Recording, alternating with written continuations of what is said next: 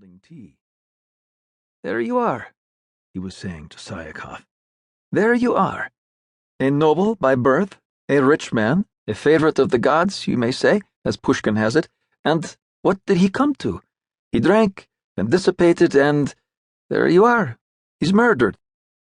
After a couple of hours, the examining magistrate drove up.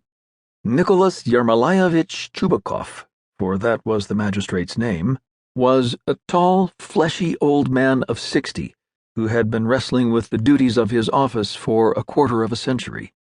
Everybody in the district knew him as an honest man, wise, energetic, and in love with his work. He was accompanied to the scene of the murder by his inveterate companion, fellow worker, and secretary, Dukovsky, a tall young fellow of 26. "Is it possible, gentlemen?" cried Chubakov, entering Psyekoff's room and quickly shaking hands with everyone. "Is it possible? Marcus Ivanovitch murdered? No, it is impossible. Impossible!" "Go in there," sighed the inspector. "Lord have mercy on us. Only last Friday I saw him at the fair in Farabankov. I had a drink of vodka with him. Save the mark." "Go in there," again sighed the inspector. They sighed, utter exclamations of horror, drank a glass of tea each, and went to the wing. "Get back," the orderly cried to the peasants. Going to the wing, the examining magistrate began his work by examining the bedroom door. The door proved to be of pine, painted yellow, and was uninjured.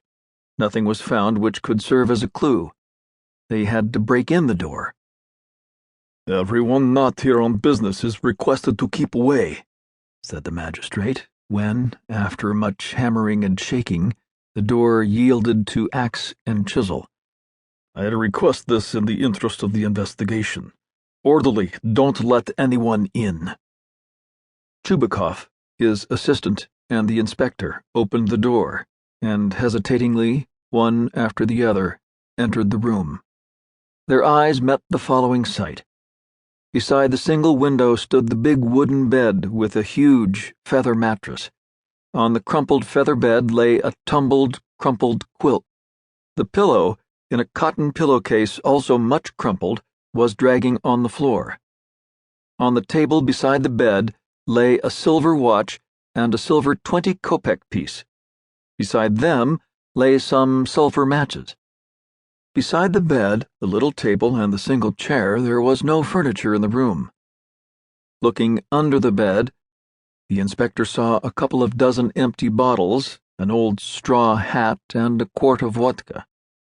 Under the table lay one top boot covered with dust. Casting a glance around the room, the magistrate frowned and grew red in the face. "Scoundrels," he muttered, clenching his fists. "And where is Marcus Ivanovitch?" asked Dukovsky in a low voice.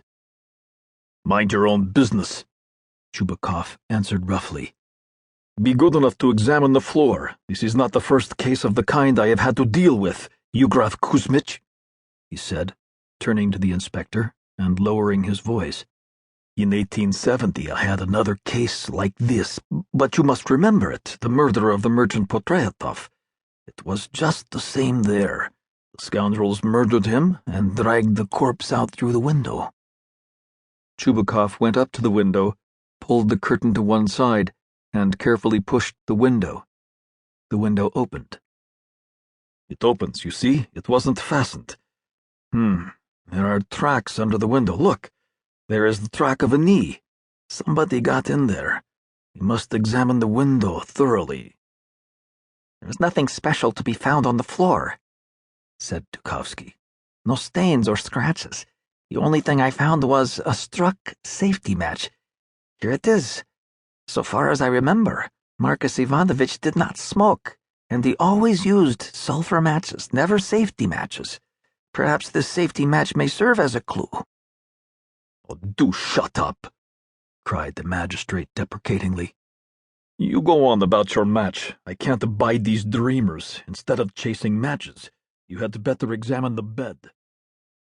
After a